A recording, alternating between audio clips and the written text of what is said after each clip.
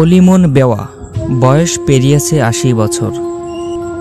কুড়িগ্রাম জেলার উলিপুর উপজেলার থেত্রাই ইউনিয়নের হোকোডাঙ্গা দালালপাড়ার বাসিন্দা তিনি। অলিমন বেওয়ার ৩ ছেলে এবং ১ মেয়ে রয়েছে। তাদের অসচ্ছলতার জন্য মায়ের খোঁজখবর ঠিকমতো নেন না। বড় ছেলে থাকেন শ্বশুর বাড়িতে, ছোট ছেলে ঋণের জর্জরিত হওয়ার কারণে থাকেন ঢাকাতে। মেজো ছেলে বাড়িতেই থাকেন, তার বউয়ের সাথে প্রায় সময়ই ঝগড়াঝাটি লেগে থাকে। তাই তাদের নলকূপ থেকে পানি না নিয়ে পাশের বাড়ি থেকে পানি নিয়ে আসেন। বার্ধক্যজনিত বিভিন্ন সমস্যার কারণে পাশের বাড়ি থেকে পানি নিয়ে আসা অনেক কষ্টকর হয়। ঝড় বৃষ্টি ও শীতকালে উজুর পানি নিয়ে আসাটা বেশ কষ্টকর ছিল। এমতো অবস্থায় অলিমন বেগম বিশুদ্ধ পানির সংকট নিরসনে নলকূপ স্থাপনের অনুরোধ জানিয়েছেন।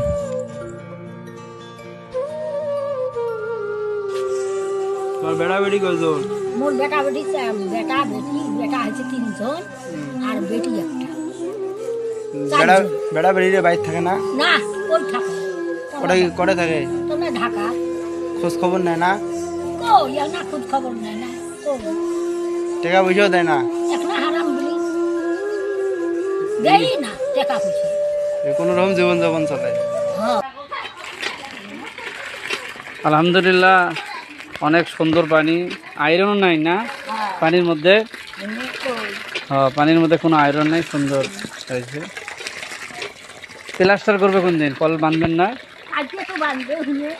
ও, ওই কল বাঁধার জন্য ইট আছে, এখানে বালু সিমেন্ট আছে। অবশেষে মসজিদ.লাইফের সহযোগিতায় অলিমন বেওয়ার জন্য একটি বিশুদ্ধ নলকূপের ব্যবস্থা করা হলো।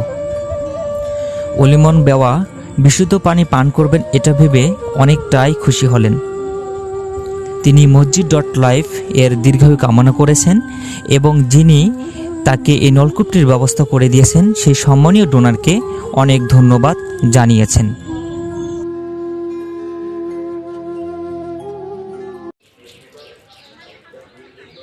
আলহামদুলিল্লাহ, নলকূপের কাজ সুন্দরভাবে সম্পন্ন হয়েছে। যেটার আগে অনেক অসুবিধা ছিল, পানি অন্য বাড়ির থেকে আনা লাগতো। ছেলের কল আছে, অনেক সময় বউয়ের সাথে ঝগড়াঝাটি হয়, এই কারণে মসজিদ.লাইফের মাধ্যমে বরাদ্দ এসেছে। আলহামদুলিল্লাহ, কাজও সম্পন্ন হয়েছে। যেটাই এখন পানির সমস্যা নাই তো না? আলহামদুলিল্লাহ। একটু কল ঠাসেন দেখি কীরকম পানি বেড়ায়। হ্যাঁ, আলহামদুলিল্লাহ। এইদিকে দেখুন, এইদিকে দেখো। হ্যাঁ, হোক, আলহামদুলিল্লাহ, ভালো হয়েছে।